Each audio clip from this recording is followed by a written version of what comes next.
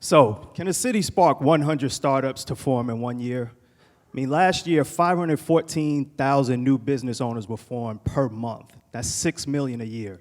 So I got to figure that at least one city can spark 100 tech startups. It shouldn't be that difficult. But we're talking about Newark. Now, granted, we've got a rock star mayor turned senator who brought Mark Zuckerberg $100 million into Newark. He's got his own tech startup. But when you think of the tech startup ecosystem, Newark is probably not on the list, right? And why is that? I mean, we got programs out the ass, right? I mean, we've got, city entrepreneurial programs, nonprofit supporting entrepreneurs. I help run a tech fund from the state. We invest directly in tech startups. So there's money there, right? So we've got programs. It's sent VC, right? We all want Fred Wilson, and we've got venture-backed startups in Newark. We've got phone.com, iSpeech, audible.com is in Newark. And once in a while, you'll get a venture or an angel investor at the local chamber or trade organization coming through, and so they're paying attention. Attract developers, yeah, real smart. Everybody wants more coders, right? Just throw some pizza, some Pat's Blue Ribbon, stable Wi-Fi connection, we got coders. And we do some hackathons, and they've been cool, but it takes a bit more than that, right? And so voila, Startup Hub. But what does it really take to have the next Techstars class hosted in Newark? Or like I mentioned, Fred Wilson taking the PATH train from Union Square to Newark looking for the next Bitcoin or something. I mean, why isn't that happening? And we've got the ingredients. We've got 50,000 students across 5 campuses, 2 research institutions, not to mention that we're a 15-minute hop, skip, and a jump from the city, and yet the pace of startups just hasn't been happening. And why is that?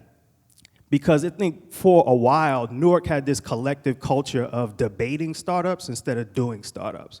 Until a year and a half, couple of years ago, where my buddy Anthony Frazier started the Brick City Tech Meetup, or Don Katz and Guy Story opened up Audible. And then we partnered to bring the first Lean Startup Machine workshop to New Jersey, and we did 2 in Newark. And really, our goal was just to provide the community with progressive ideas about entrepreneurship, to show how innovation really works. And so we brought about 75 aspiring entrepreneurs into the city with great ideas. Almost all of them were great. But the point was that, to get folks engaged and get rid of the angst and be vulnerable to sharing your ideas. And we picked some of the best ideas and we built teams around them.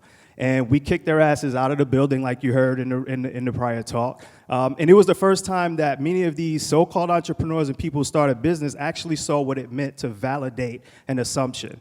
And then once we started measuring the chaos, that proverbial light bulb went off, wow, if I really know my customer intimately, I may be able to build a product. I may be able to take this service that I've been dreaming about and turn it into something. And it's amazing when you see people start to be converted because learning is contagious, so confidence builds. And you've got mentors sharing their stories, and entrepreneurs are saying, wow, I can really make some bread being an entrepreneur following these lean principles and thinking lean. And we had some teams do that. I mean, this is a team called Rescue Phone.